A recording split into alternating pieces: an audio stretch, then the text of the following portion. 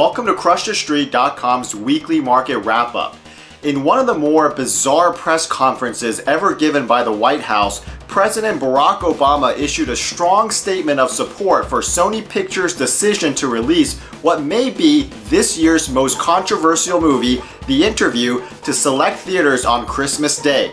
Sony's reversal of its December 17th statement, in which it caved to threats issued by a computer hacking entity called the Guardians of Peace, was applauded by Obama just a few hours later, further cementing an unusually close and some might argue an inappropriate relationship between the president and the Hollywood albatross.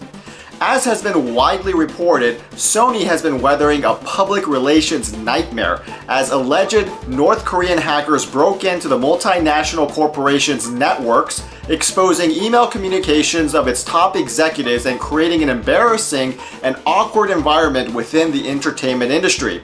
The hackers threatened further attacks unless Sony canceled its release of The Interview, a political satire starring the artistically limited Seth Rogen and the apparently underpaid James Franco as two government-sponsored agents tasked with the daunting mission of assassinating North Korean dictator Kim Jong-un.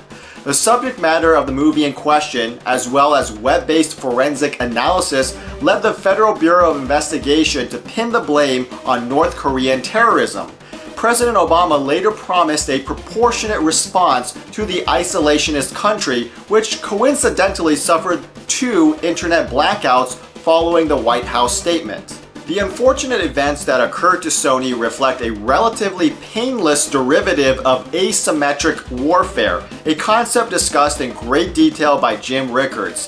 The technological advancement across multiple industries, particularly in computer and internet technologies, has allowed rogue nations and even lone wolf individuals to amass enormous leverage towards nefarious operations.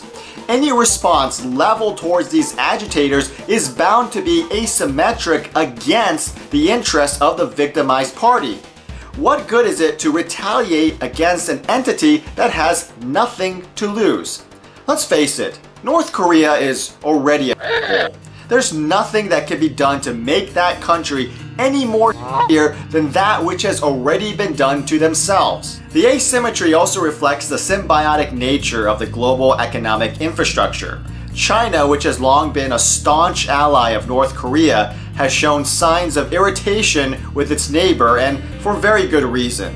Despite the tough rhetoric that is often exchanged between the East and West, globalization has created strange bedfellows. The Chinese are in no way beneficiaries of this latest international flare-up because, at the end of the day, somebody needs to buy cheap Chinese crap. And that somebody is usually American. In financial news, the US equity sector finished flat during a holiday-shortened trading session on Wednesday, with the S&P 500 closing at 2081, while the Dow Jones moved up slightly to a record 18,030 points. The precious metals complex had a tough week due to cash drawdowns, with gold closing at $11.75 while silver finished the session at $15.77.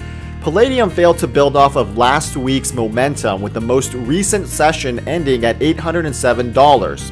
Finally, Bitcoin appears to be in technical trouble as substantial selling pressure has denied multiple rally attempts, with the last trade coming in at $325. And that will do it for this edition. Thanks for watching, and we'll see you next week.